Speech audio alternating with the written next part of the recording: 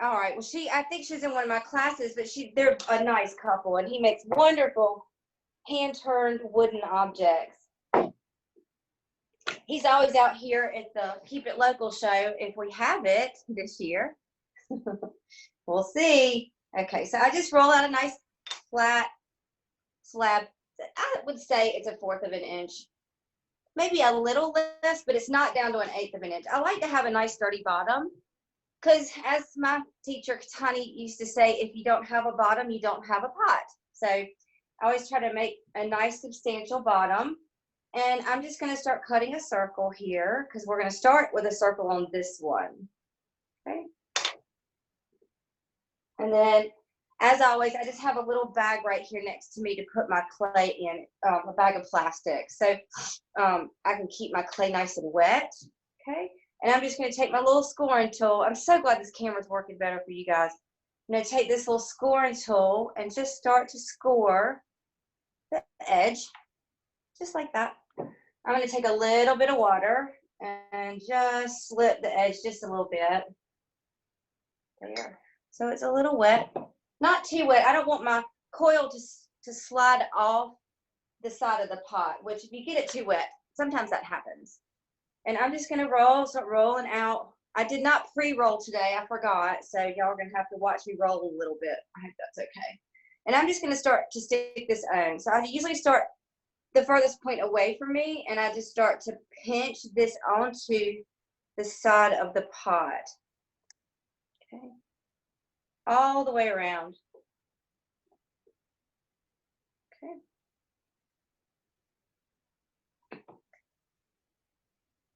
And you can just start to go up. So I get to the end of the coil, and I'm just going to go up. My clay is wet enough at this point that it'll stick to each other without having to score and slip. Most clays right out of the bag will do that, and it saves you a world of time if you don't have to score and slip. So I'm just going to keep going. I usually go up about 4 coils before I'm going to blend the clay together. It's going to sound weird to y'all when I say coils because that's not the normal way I say it. I say coil, but a lot of people don't understand that. So I'm trying to say coil, but it's really hard for me to do. So I know it sounds a little funny. Sorry. Okay. Leanne, what kind of clay are you using? This is Glenn's Blend 1. It's Laguna clay. I get it from Williams Ceramic Supply. Now, I know he's been MIA for a little bit, so I don't know what's going on. He has not returned my phone call. I hope he's doing okay. That's my biggest worry, is that he's not doing okay. But he's down. If you go down to Star Works, instead of making a right off the highway to go to Star Works, you would make a left, and he's down that road about 2 miles.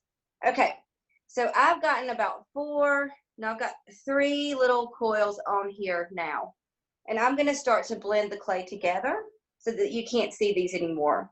So I'm going to take this is my it's a dental spatula, and you can get them on eBay for about $1.49. So really cheap.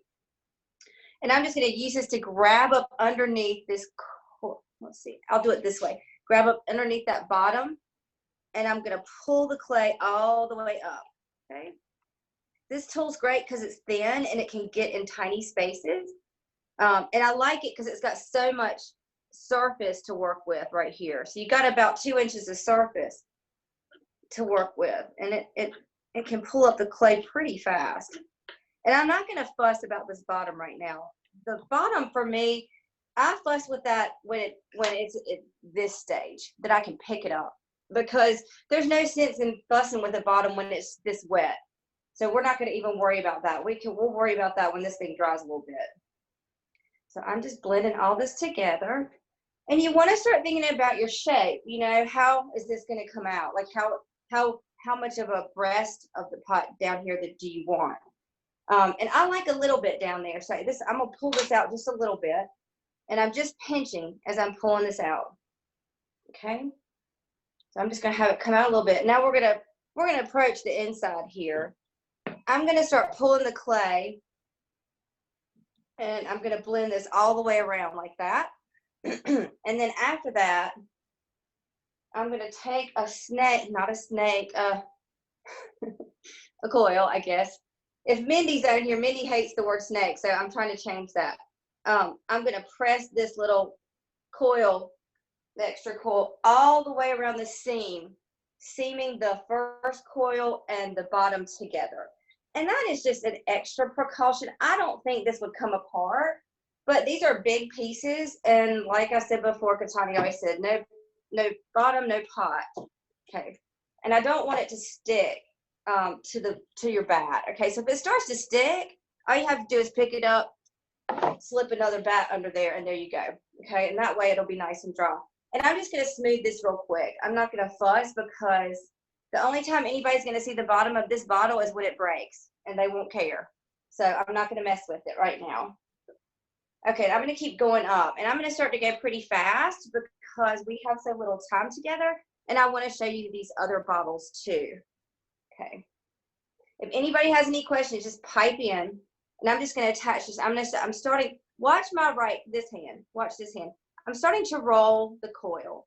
I roll it with my right hand and I pinch it with my left, and it just rolls the coil into the other piece of clay, giving you a little bit of a better seam. See, I haven't even blended that, and I can just pull that. It's not going to come up, okay? And it's just a small roll. I mean, you don't have to roll a lot. It's a small. And once you get the hang of it, you don't even realize you're doing it anymore. I can't remember who taught me that. Okay, and again, I'm just going to attach again where my previous coil ended, and I'm rolling. Okay, now what I say in class is if you want to go out, you put the coil on the outside of your piece. If you want to go in, you put it on the inside. It just makes logical sense when you think about it. Okay, and I'm going to start blending again. Okay.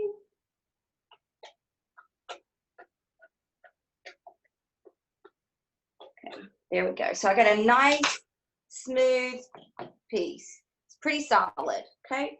Now, this is about as big of a breast on this pot as I want. I'm going to start building back in now. I'm going to go up a little, and then I'm going to go in. So I'm just going to, because I want to go up, I'm going to put the coil on the top of this previous coil. So I'm not going out or in, I'm on top, right on top. And this bottle's going to get a little testy, but we're just going to keep pushing it. Okay, I'm reattaching. I'm going on top because I want to go up, straight up.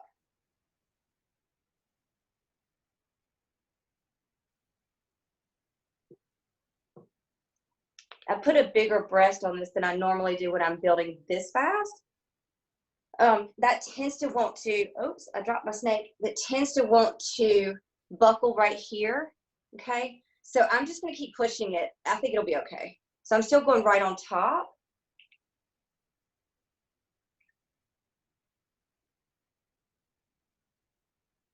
Most of these bottles are used as decoration. They're not really used to do anything. I'm just checking now. Okay, everything feels good. I'm going to start blending again. I'm going to move this piece of clay before I step on it. Okay, so right now, because I have this amount of clay to work with, so this tallness here, I'm going to just use my tool and I'm just going to go down. Because before I had to go up because I kept hitting my bat. Now it's easier just to pull the clay downwards to smooth it out because I have the room for my hand and my tool. Okay, and I do a quick pull down, and then I'm going to go back around and go across. Okay, because clay has a memory. So when you pull it down, it tends to want to go down. So I'm going to just pull my tool across the side so it has a little bit of a different direction to go. Okay, and I'm going to still stay right on top.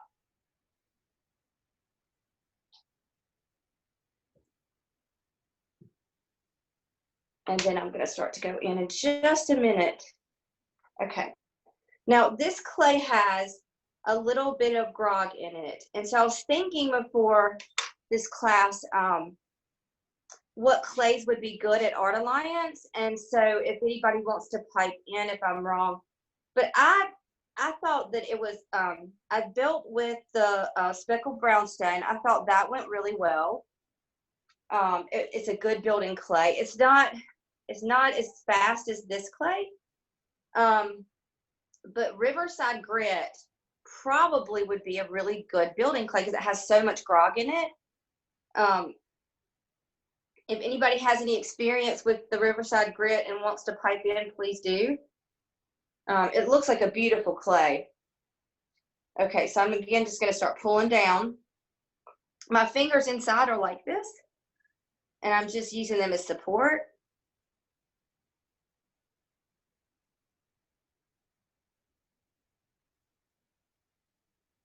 Okay, and again, I'm going to go across. Okay, like that.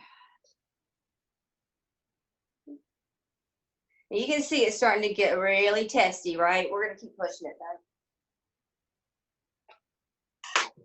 We're going to see how far we can push it for the next 6 minutes, and then I'm going to move on to the other pieces. I'm still going straight up, but I think what I'm going to do is make a dart in here because it's starting to get pretty wide, and I don't really want it that wide. So I'm going to make a dart once I get this last little piece on. Okay, so I'm going to make a dart right here. So just got my needle tool, and I'm just going to make this nice little dart here. Okay, I'm just going to take that out, and then I'm going to cross this over like that. And then I'm just going to press this, and then I'm just going to take my tool and just smear it. Now, darting is wonderful because it just makes it so easy to get a different shape. A lot of times I'll do a round bottle, and then I'll just make a dart, and it just totally shifts the shape. See?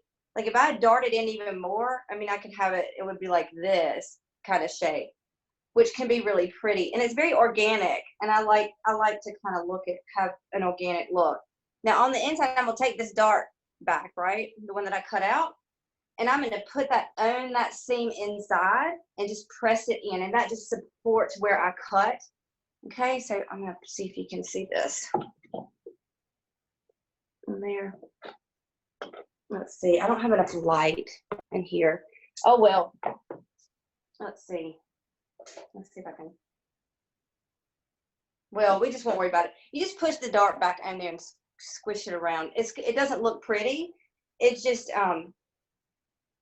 helps support that seam. And now that we've taken some off of this side, I'm going to dart this other side, a smaller dart. And I'm going to put it aside, and then I'm going to press this seam together like this. Okay? And then I'm going to take the dart, and I'm going to put the dart back on the inside and just smear that piece of clay against the inside of your pot. Okay, and I think that's a better shape for me. Okay. Okay, so I'm going to start going in. So I'm going to put the coil on the inside of the pot. See how I'm going inside? And that'll teach the pot that you want it to go in. Okay. Let's see how much I can build in 3 minutes. Okay. It'd be so much faster if I had pre-made my coils. Okay. I'm pulling down, and when I get to the darts, because I have so much clay inside, where I replaced the dart inside, you pull off quite a bit of clay on the outside where that dart is to make the wall even. Aren't y'all so glad for the sunshine? It's amazing. Those days of rain were pretty dreary. Okay, again, I'm going on the inside. Except it really did help my garden. We're eating broccoli out of the garden already. It's crazy. Okay, and again, I'm twisting as I go, and I'm going on the inside. I don't want to go too far in.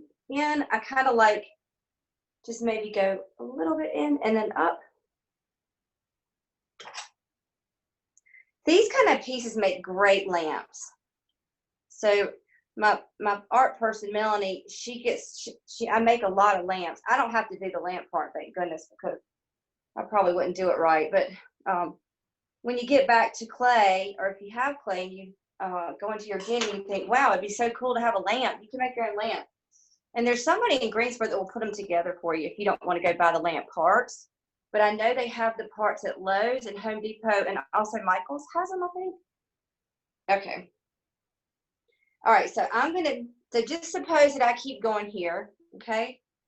And I'm going up, up, up from here, okay? Let me put that aside. And now I'm gonna bring you this guy. This is gonna be our cushion piece. So I'm halfway up, and I wanna go ahead and make my indention. The great thing too about building big is you can put all kinds of crazy indentions and shapes and forms that you can't do when you throw. You could do them, but it's more intuitive to do it hand building. So I like to press in things a lot and make these nice little indentions that just give it a little bit more character. I think this guy has so much character because he's got his little indention. I just think he's really cool. So, but when you make those indentions, you're pressing the clay in, and inside here, on the inside of the pot, all the coils are not, they're not smeared together. So when you push in, there's a couple of coils that start to break apart on the inside, right? And so that's going to cause a crack on the outside. So what we're going to do is we're going to press this in nice big press in right there. And then you're going to take a piece of clay and you're just going to make yourself a little pancake. Okay, and you want to make it kind of even. I like my walls to be even inside. So you really want this to join well. So here's my little pancake. I'm just going to put it in the palm of my hand like this, and then I'm going to push this in to the inside of the pot. Now I'm not going to smooth this because my clay is wet enough that I know it will stick. Now if your clay is dry, you're going to want to score and slip, and then you're also going to want to smear this pancake on. Okay, so there we have our pancake there. See? So now you have reinforcements. That being said, I still get a little bit nervous that we're going to have a crack. So I'm going to make myself another little pancake, right? A smaller one. And I'm going to stick it right here. So I'm going to kind of tear it into a circle. I don't want a really big one. I just want a small one. And I'm just going to stick that right in there. And I know what everybody's thinking.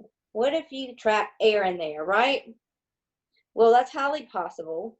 And then you're going to have an explosion. You're going to be upset. So what I do, and I've taught this all along, and this is hard for me for some reason to get this idea across, but I'm going to try really hard. If y'all have any questions, stop me. So what I'm going to do now is I'm going to take my needle tool, a long one, and I'm going to poke holes all the way through, okay? Right? You got all your nice little holes. The holes come out the back, right? So there's still, so the air, whatever air that you trapped in there, there's a hole for it to come out inside the pot, right? So we can smooth all of this. And if there's any air in those 3 layers of clay, it has a hole inside the pot to escape. Does that make sense? Okay. All right, so I'm going to smooth all the holes out on the outside only. And so when you're making sculpture and you're adding, just say you're making a pig and you're adding ears and any kind of just slabby piece on top of your sculpture, you can do this and it'll save you every time from an explosion. Okay. All right. I am not going to make the other one since you see me do this one. Sometimes it's nice to have a bottle with just one indentation. Okay. Now, what time? Okay, cool. Now, I'm not gonna, like I said, I'm not gonna make the other indentation because I'm gonna show you the square bottle, and then we'll come back to this one. Okay, let's get our square. I try to keep everything pretty close by, but these pieces are big, so they take a little moving around. Okay, here's our square. Now, when I start this, I start with a square bottom. So I don't use a ruler, but you can. And I call these my corners. So they're the corners. Now, this is the same idea. When you have a corner, you're kind of pressing out the clay and it gets a little thin, right, in these corners. And sometimes you'll have a crack there. And so what I do is to reinforce the corners, again, I'm just going to make a coil, and I'm going to go inside and I'm going to press this coil all the way down a corner, okay? And I'm not going to do much about it. I'm not going to spread it. I'm not going to try to make it fit or just smooth onto the piece. I'm just going to run my finger up it. I'm holding it with my hand so I don't press that corner out as I'm pulling my fingers up on the inside, okay? And that just gives it more clay. I'm going to see if I can get my flashlight up really quick and I can show you this corner. Okay, come on, little pot. Hold on, let's see. Can y'all see that? Oh, there we go. Okay, so I'm going to do that on every corner, and then I do that all the way up. I don't just do it all one big coil all at one time. I do it all the way up. So just, you can do little tiny pieces. Once you have that much clay, you can just do a tiny piece and then just keep going up. It doesn't have to be one long one. I'm just doing that right now because I was showing you guys. Okay, and again, I'm pressing my hand against it as I'm pulling up so I don't press my corner out. Okay, now, as we're starting to get this tall, we're going to start thinking about how we want to end our pot. And so you want to think about how tall you want it to be. And in that respect, I have to think about how big my kiln is. I make pieces that are as tall as my kiln a lot. And so you have to have something to measure with. I usually keep a piece of ribbon that's as long as my kiln, and I use that, but I don't see it right now. But you can also just use a measuring tape, and however big you want it to be. Now I want y'all to look right here. Can y'all see that? Or see that right there? Okay, that's because I was building really fast and it's starting to buckle out, and I don't want that. So I'm just going to start popping it back in all the way up there. Okay, and then I just don't want it to. I want it to go up and not out. Okay, so sometimes you'll have to just adjust that. You can also use this little guy again and just pull up the clay, okay? And that really does help. Liz, warn me when I'm running out of time. Okay, so now I've got all 4 corners done. And we're thinking about the end of our bottle, right? So we're going to start going in. Leanne, yeah. You're good on time. Okay, cool. I extended it, so you're good. Okay, awesome. Okay, so you could just talk all day. Y'all would get really sick of me all day long. Okay, so I've not touched this one in just a little bit. So I'm going to score and use a little water here. So I want to show you the end of this bottle because I think this is probably the hardest one to bring in and make it sit up like that. So I'm going to show y'all that. And if I have time, I'll finish another one too. I can finish the cushion one. All right, just a little water here. Okay. All right, perfect. Okay, so we're going to start to really go in. So when I say that, I mean seriously. You're going to be almost at a 90-degree angle with this next coil as you start to add it to your pot. So I'm going to put this on and then I'm going to show it to you. Okay. Okay, so I'm really over the side. Let me see if I got my flashlight. Yep. Okay, let's see. Can y'all? I'm gonna have to hold this one, I think. It won't let me. Okay, so can y'all see how that's at a 90-degree angle?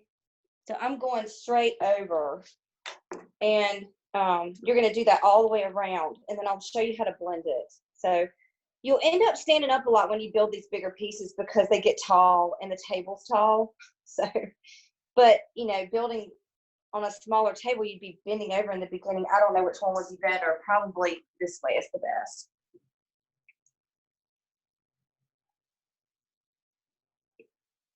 And I'm going straight over, okay? So when you get back to this first corner where I started, I'm gonna start to blend this in. So I'm just gonna start pulling this. So I'm pulling this clay over like that. Okay.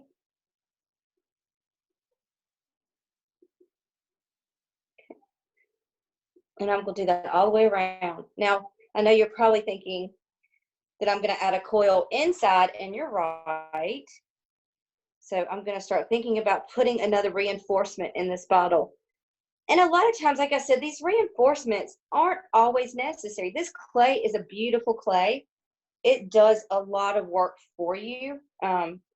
It is predictable. It likes to stand up for you. It likes to get big. So I probably don't need that. But in my thoughts, it's like, okay, so I do all this work and then I get a crack. And even though it's only it's not structural, it's only surface, I still can't sell it.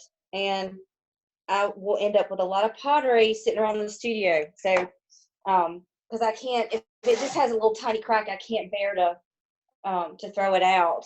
I have 3 huge bottles in the studio that have cracks in them.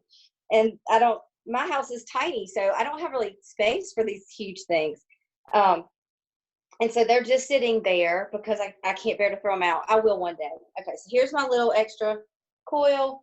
I'm gonna press that inside underneath that coil that I just attached. Okay, all the way around. Again, this can be messy. You don't have to make it look good because nobody's gonna see it. And if they do, it means it's too late for them to care about it because the bottle's broken. Okay, all the way around. I'm just gonna leave that pressed in there like that. I'm not gonna do any kind of blending or anything. Okay, so then I'm gonna go back around and I'm just gonna pinch all of this together. Okay, and I'm pinching it down too, this coil on the inside. I'm pinching it down so it'll be at almost a 90-degree angle, okay? Because I want it to be sharp there. Okay, and then I'm gonna go back around. Oops, sorry, I just slashed my piece. That's the great part about working pretty wet. If you have an accident like that, you can easily fix it. Okay, so I'm gonna bring this tool back on top of this here. So I'm doing that all the way around. I'm just really, this is more just smoothing out all those pinches I just did. Okay. And now I'm going to start moving in and up. Okay. So this is what this looks like now. I wish this thing would let me pick it up, but it's not going to. There we go. Okay. Next time I'll have this sitting on something so I'll be able to do that better. I'm getting used to the new equipment. So, okay, so I'm going to go straight across with this next coil. And then I'm going to pinch it and it's going to come up a little bit. So I'm just pressing that on there. Let's see, what am I saying? All the way around. I'm not really rolling the clay like I was before when I was going up. I'm really kind of just pressing this in here now.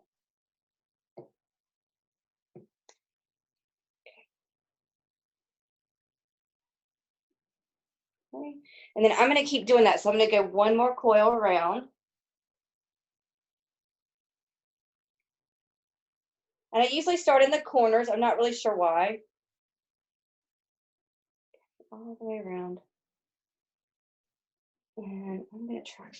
Oh, bear with me 1 second. I was going to try to see if there was something in here that I could raise this up on. So I'm going to try to raise this up and see if you can see better. I'll show it to you. Let's see. I will be so much better next week, I promise. Okay.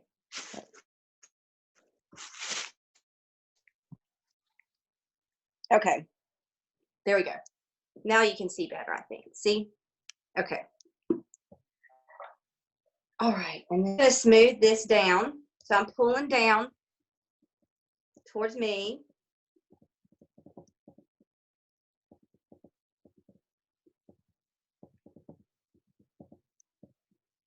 All the way around. Okay, so I'm pulling down first, and then I'm going to go back just like I did on the body of the pot, and I'm going to pull to the side. Okay, you notice I'm going slower because this is more gentle now because it's completely flat over, and I have to kind of talk it or convince it into doing this because this is not, it's not natural for the clay to sit over the side like that without a lot of support underneath it. So I'm just kind of gently talking it into the shape that I want it to go into. Okay, and as I go around, I'm going up just slightly up with the coil.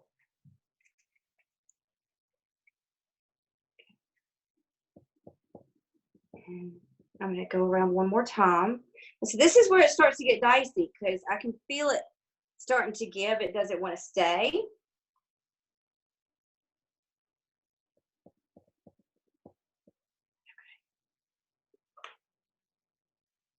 And now I'm pulling down again. And this hand inside is just like this. So I'm just really gently supporting the clay as I pull it down. And I'm not being all that gentle on this clay, I have to say. I do pull with quite a bit of force. And now I'm going to go back across. And, you know, it wants to start to bow out in these areas here. So I just keep reminding it to go back in. Just reminding it, pushing it back. This is probably my favorite clay of recent to build with because it's just so forgiving. And this clay will go up to cone 10. But it does vitrify at cone 6, they say. And so far, I haven't had any leakage or anything like that, so I believe them. Okay, so I'm going to go in. This is probably going to be, okay, so now this is where I start to do a little bit of a different approach to getting this to go in like this. Okay, so I'm pulling down, I'm pulling across, hand inside supporting. Okay, so now looks like that. Okay, now I'm going to start, I'm going to decrease the corners. I mean, I'm just going to wipe them out completely up here because I want the neck of the bottle to be round. And if you keep letting the corners stay, so if you keep going in a square here, then you won't ever get round. And so I'm going to put clay in the corners. So I'll show you this once I get them on to erase the corners. And then I can just start going around and around and around.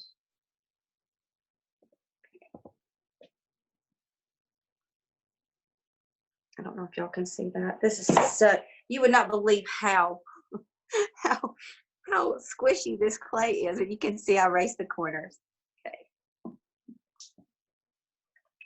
Okay. This clay is so squishy. I can't, you know, when I tip it over like that, I just know it's going to fall into itself, and it never does. It's just an amazing clay, but it's pretty wobbly. Okay, so now I'm just going to start going around and around, and this should go pretty fast. Okay, hand inside supporting.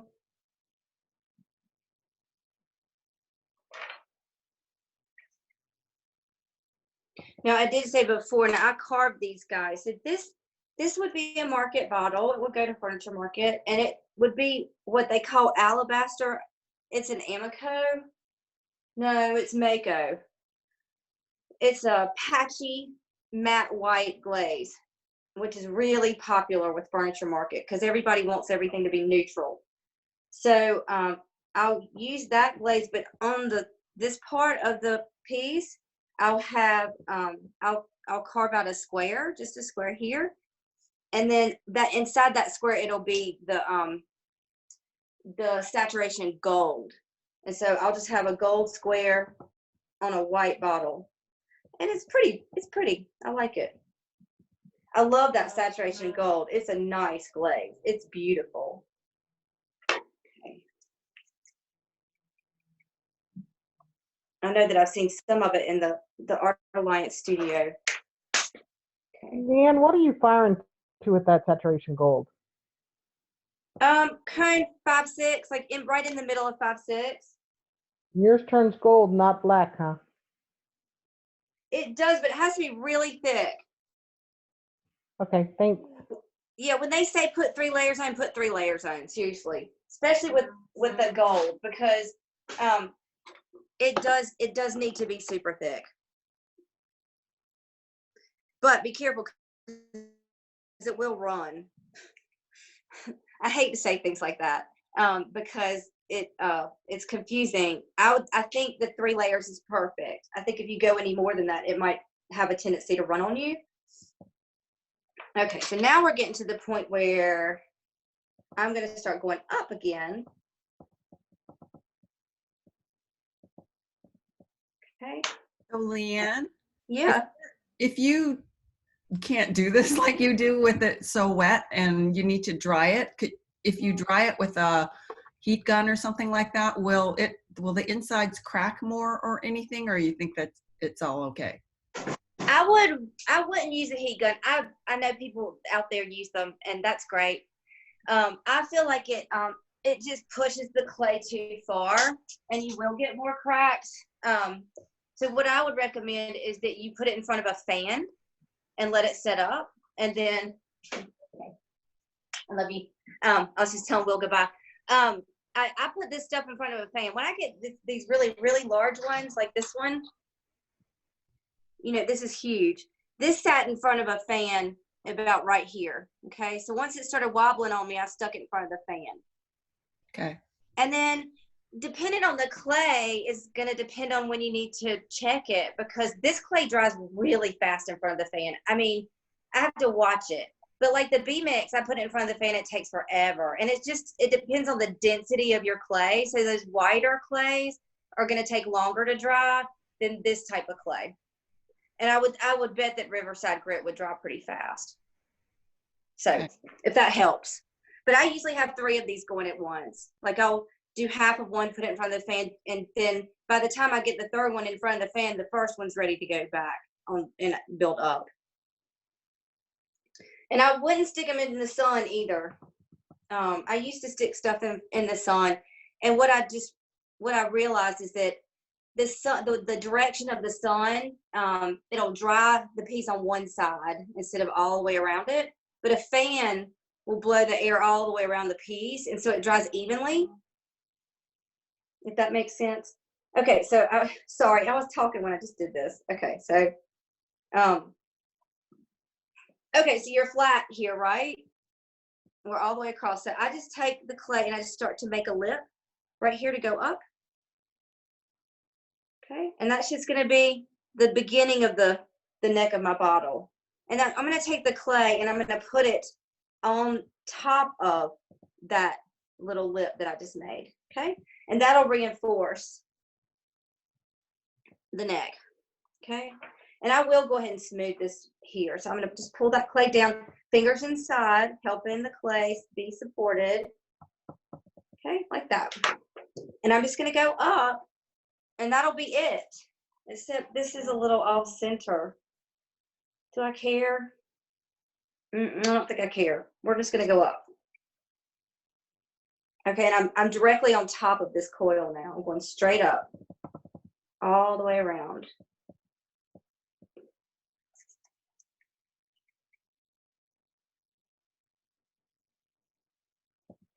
I cannot say enough about these banding wheels.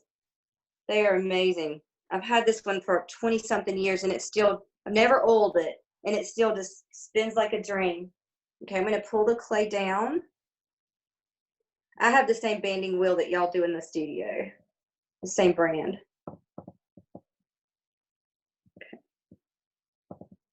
I started to go in a little bit, but I don't like that. So, but I don't have a lot of clay here to pull it out. So what I'm going to do, and this is something else that I love about hand building, is I'm just going to add a coil on the outside here, like this.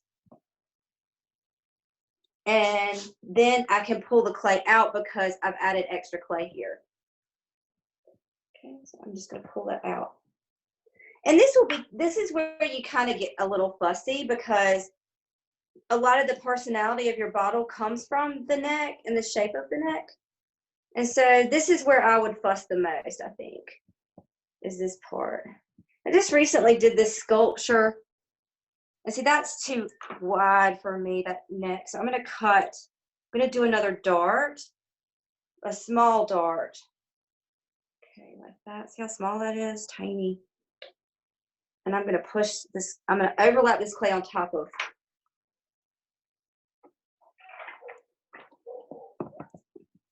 of itself, like that. Okay. And then I'm going to take my little tool, and I'm just going to get that nice and smooth. Then, because I did it on one side, I'm going to do it on the other side to make it the shape more even. Now you'll notice that I didn't apply that dart onto the inside seam. And at this point, it's so small in there. Number one, it'd be hard to get it in there, but I don't think it needs the support. When you have this much weight down here, you need a support. When the neck's going straight up, it's not going to pull on anything. You don't need the support. So I'm just not even going to bother putting that dart back in there. And then I am going to smooth the dart in there, because this is going to be a pretty short neck, and I don't want people to see the dart. If they did happen to down there and be able to see it, I wouldn't want that. We got to keep our secrets. Okay. All right, there we go. Okay. Now I've got I'm going to grab those darts, and I'm just going to use them. One last coil. And again, I'm attaching onto the top, like that. I think I'm getting pretty close to, I just need to take a step back. Yeah, it's all right. This isn't my favorite bottle, but it'll do. And it's starting to buckle, so I should probably give it a break. I do want to show you one more thing, though. This is something that I really love to do with these squares. I like them to look a little puffed out. And I know Patrick or Corey had showed some of the people in my class this, but I don't know how many people have seen it. So I'm going to show you anyway, because it's so cool. But you just have to be really careful not to overdo it. Okay, so once you get it to where you want it to be, and again, I'll fuss over this a lot later. Okay, it's going to look gross, but you can use your hand over it and blow into your hand, or you can blow directly into the bottle. But I'm going to puff these sides out, and I'm going to put this back down so you can actually see this. Okay, I hope you can see it. All right, so did you see that? There, it puffed out. So it just gives it a little bit more breast. I know a lot of you think I'm crazy with the clay stuff in my mouth, but I've never gotten sick, so I think it's okay, you know. But again, like I said, you can put your hand around it and blow into your hand if you don't want to blow directly on the clay. Okay, so that would be that one. And again, like I said, once it sets up, I'll fuss with it and do the bottom, and I'll probably work on the neck a little bit. But for now, it just needs to rest. There. Okay, so how are we doing for time? Do y'all want me to finish one of the other pieces, or Liz? We're good. We're good on time. So people have questions or. Okay. Do you want me to keep building while we talk?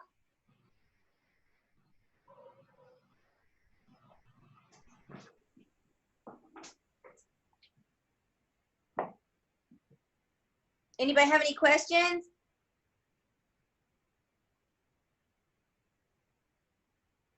Okay. Well. I can keep, I mean, I'm going to be working here all day. I'm happy to keep building if people want to watch. But it's up to you guys. Hey, Leanne, did you start that one as an oval or did you start it as a circle and then push it in? I started as an oval. I Okay. did. It's about probably in the middle, 3 inches across. Thank you.